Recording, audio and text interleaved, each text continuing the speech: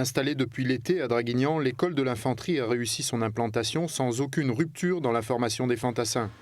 Preuve en est ces traditionnelles journées nationales de l'infanterie. C'est la 15e édition des Journées nationales de l'infanterie. Le but, c'est d'abord de rassembler toute la famille infanterie.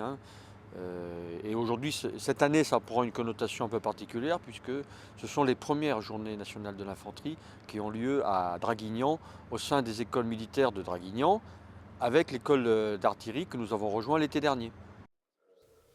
Recrutement, formation et préparation opérationnelle sont autant de sujets abordés durant ces journées de l'infanterie. Mais c'est aussi l'occasion de découvrir les équipements futurs de l'infanterie.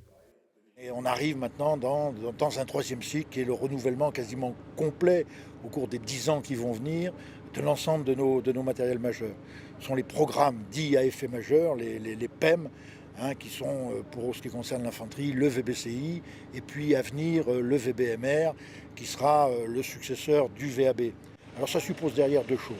Ça suppose derrière d'abord que tout le monde prenne conscience de ce que cela coûte, et en particulier soit attentif aux conditions d'emploi des équipements, y compris en opération.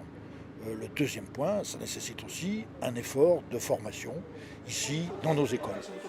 Effort permanent de l'armée de terre, l'adaptation réactive s'inscrit en complément des programmes d'équipement modernes. Équipement high-tech, numérisation, munitions intelligentes, augure de ce que sera le combattant dans les 10 prochaines années.